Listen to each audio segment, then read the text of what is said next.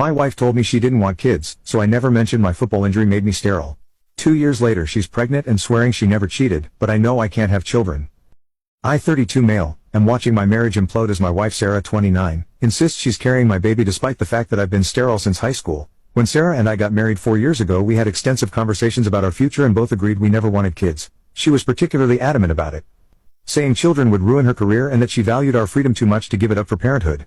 What Sarah doesn't know is that I suffered a severe groin injury during a football game in my senior year of high school that left me permanently unable to father children. The doctors were very clear about the damage and confirmed through multiple tests that I would never be able to have biological children naturally. I never told Sarah about my sterility because she was so opposed to having kids anyway that it seemed irrelevant to our relationship. I figured why burden her with medical information that didn't affect our shared goals of remaining child-free forever.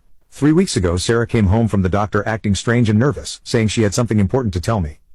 She was crying when she announced she was 8 weeks pregnant, apologizing over and over for the shock and saying she knew we'd agreed this wasn't what we wanted. My first reaction was genuine confusion because I knew the pregnancy couldn't be mine, but I tried to stay calm and asked how this could have happened.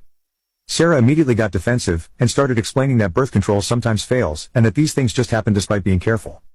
When I gently suggested we should consider our options, she broke down sobbing and said she'd been thinking about it constantly but realized she actually wanted to keep the baby. She said the pregnancy had made her realize her true feelings about motherhood and that maybe we could make it work financially and emotionally. I've been pretending to go along with her excitement while internally panicking about how to handle this situation. Sarah has no idea about my injury and keeps talking about how the baby will have my athletic build or my competitive spirit, making plans for our future as parents. Every conversation about genetics or family traits feels like torture because I know she's either lying to me or completely delusional about the pregnancy's origins.